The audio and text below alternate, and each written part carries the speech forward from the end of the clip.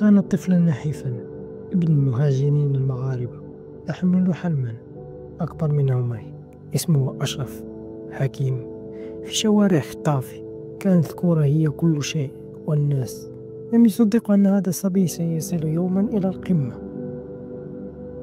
أشرف رفضوه، قالوا جسمه ضعيف فيمكنه اللعب كمدافع، لكن من لم يعرفوا أن هذا الجسد يخفي عقلا شرسا وسرعة لا تصدق.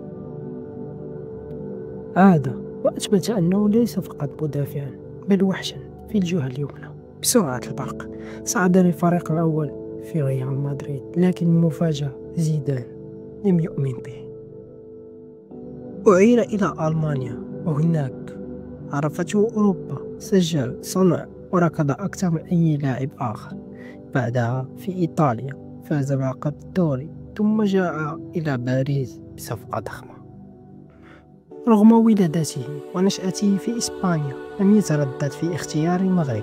رفض إغراءات لاروخا وفضل قميص الوطن. قال: أنا مغربي وفخور.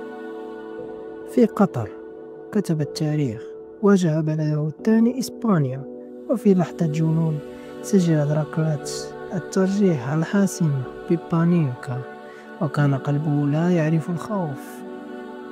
ثم أطاح بالبرتغال، دموع رونالدو وصرخة شعب بأكمله.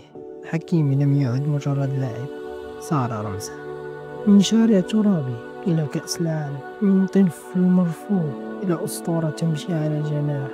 هذه هي قصة أشرف حكيمي، الذي علمنا أن الوفاء أغلى من المال، وأن المغرب يستحق أن نحلم من أجله.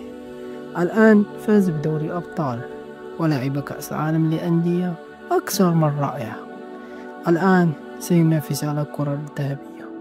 افتخر، أنت مغربي، أنك عشت في هذا الزمان الذي به أشرف حكيمي.